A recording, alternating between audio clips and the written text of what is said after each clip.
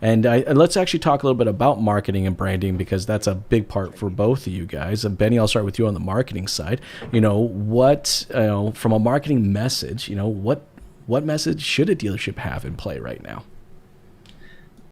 I think ultimately we've already transitioned away from COVID. That's all the shit that everybody sees. Whether you like it, you don't like it, you believe it, you don't believe it, you get tired of seeing and being waterboarded by the same message over and over and over. Okay, great, it's reaching frequency. I get that. I understand that. But ultimately, right now, the messaging is about the customer. The messaging is about what's in it for them. Yes, so you're doing this, you're doing that to help people, to protect people, to make people safe, to give people an option, to make sure that they have the ability to receive a text, that to receive an email versus a phone call. But ultimately, you have to make the consumer feel comfortable.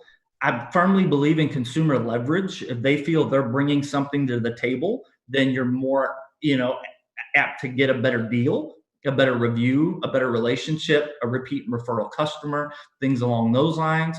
But the messaging is just be transparent, just be yourself, just be genuine. If that's how you are, just be you. And it really doesn't matter what is going on. If the message is genuine, authentic, and people believe it, you're good to go. Ain't that the truth? I mean, really, right now, I mean, customers want to know how much you care about them before they're willing to listen to what you got to offer. And Right. I mean, as an industry, that's a fundamental change for us because I mean, come on, guys, we are literally, we are. I mean, the reason why they call it the used car announcer, or this, it's like the, huge discounts, low lease rates, like it's we've been doing it for 70 years, but like Yeah. it is, I mean, it has to change. And actually I think one of the things that do have to change, is not that we're marketing to the customer instead of at the customer. And Benny, that's really kind of what you're driving at here, right? Like it's identify who the hell you're talking to and talk to them as an individual. I mean, whoa, shit, that's a novel idea. But I mean, Bowtie, I mean, Mr. Terrence, you do this, either knowingly or unknowingly. You made a brand out of doing this, and Right. so I think that's what it is. I think for a lot of dealerships, they're looking at brands like yourself. A brand like yours survives things like this. Right. It's because you're not constantly having to go back to that water well of marketing and continue to fill up your bucket. Your bucket is constantly overflowing with your branding efforts. So for yourself, for the people out there that are listening, what kind of advice can you give them about creating a brand and trying to get away from that crack addiction they have called marketing? I think is you have to just do it.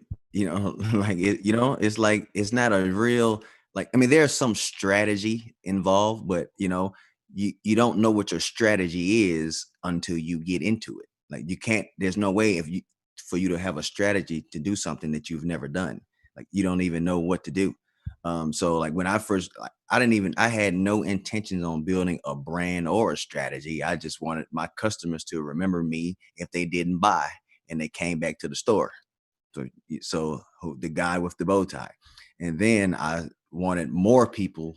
I didn't want to be the best kept secret. That's what it was. I didn't want to be a secret.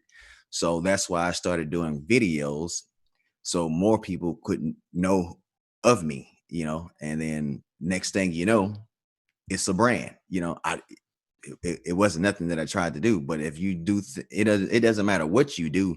If you do it consistently, it's going to become a brand. It can be like you, Jason. You don't have to say one thing about your orange tie. You don't ever have to mention it, That's true. but you can't forget your orange tie. Like whoever's on your podcast or whoever sees you, you can go through the drive-through at McDonald's 5 days in a row or 5 days in one week. The next week, if you don't go through the drive-through, they're gonna know.